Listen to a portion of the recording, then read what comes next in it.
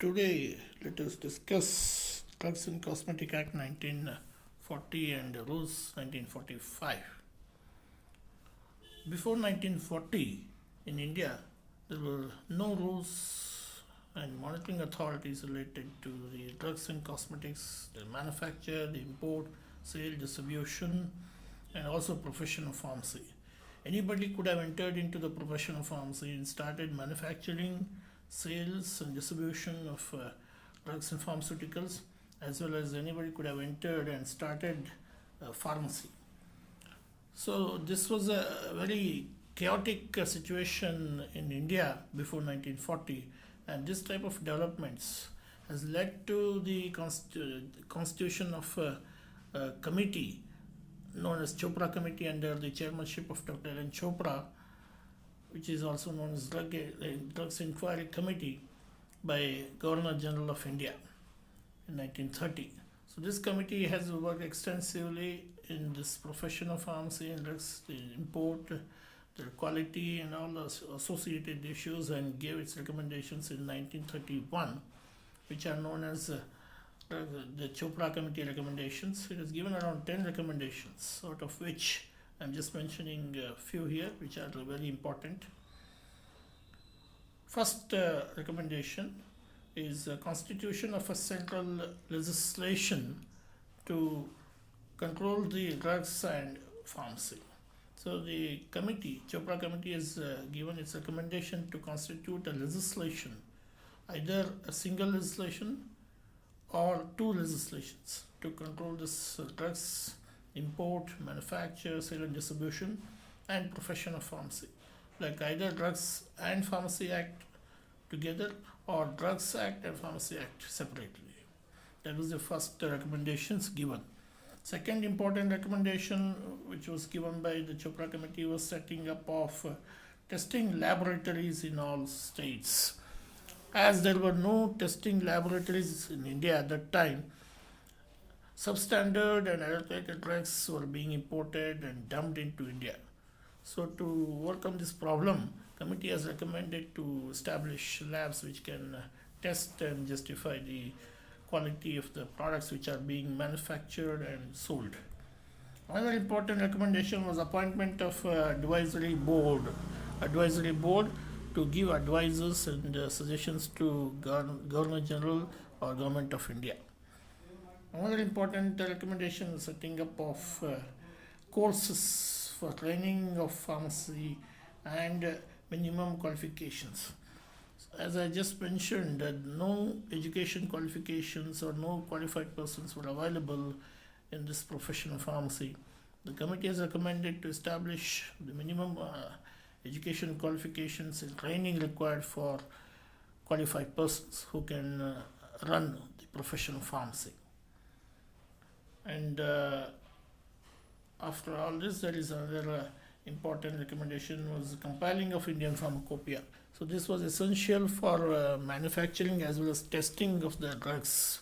Indigenous pharmacopoeia was recommended, which is known as Indian pharmacopoeia, later came into effect. So as an outcome of Chopra Committee, we had this Drugs and Cosmetic Act 1940, and later rules were added up in 1945, together known as Drugs and Cosmetic Act 1940, Rules 1945, and also a Pharmacy Act 1948 came into effect.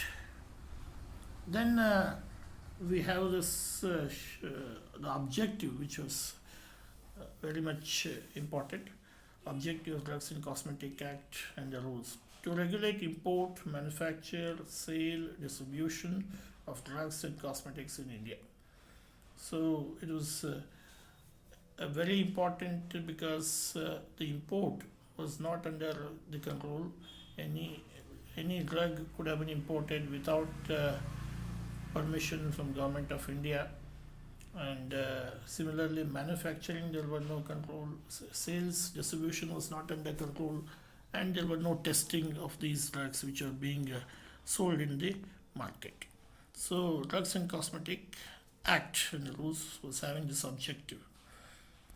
Many recommendations, many schedules were introduced to the Drugs Act, Cosmetic Act rules, and two schedules were introduced, Schedule 1 and Schedule 2 to the Act, and schedules to the rules, like Schedule A to Schedule Y. Almost 38 schedules were introduced to the rules.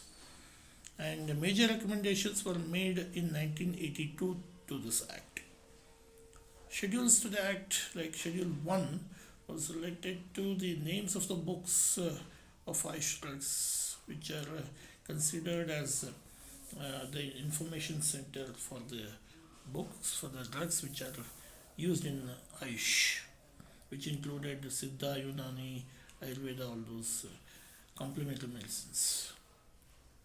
Then Schedule 2 was related to the manufacture, import, sale of drugs. This is related to the allopathic drugs in India. Then I just mentioned Schedule A to Schedule Y were introduced to the Act, to the rules, 1945. I just mentioned here few schedules, like Schedule C, which is related to the biological preparations. Schedule C as well as Schedule C1 is related to the manufacture, import, sale of biological preparations, the special permissions required for the sale and manufacture, import of these biological preparations, licenses and their requirements, everything is mentioned in this Schedule C and Schedule C1. Schedule H is related to prescription drugs. So drugs which are to be sold by qualified person under the prescription obtained by a registered medical practitioner, which are the drugs that comes into this schedule.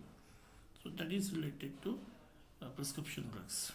And Schedule M, which is also known as GMP, so good manufacturing practices. So the good manufacturing practices is mainly related to the manufacturing unit, the premises, the equipments required for manufacturing, the raw materials, their quality, water content, then the waste management, the contamination, all the sanitization, all the required procedures to be followed are mentioned in this GMP, as well as testing of the drugs, that is quality control measures, the minimum instruments required and their calibrations, everything is mentioned in the GMP. Then comes Schedule N, which is related to minimum equipments needed to run a pharmacy. So different drugs have to be stored in different temperatures, conditions. So minimum equipments, some equipments needed to run this particular pharmacy. That is given in Schedule N. Then Schedule T, that is GMP for Ayush drugs. So all the drugs under Ayush, their GMP, the manufacturing and testing requirements and guidelines are mentioned in T. Then Schedule X, this is related to special permissions required to be taken from the government for import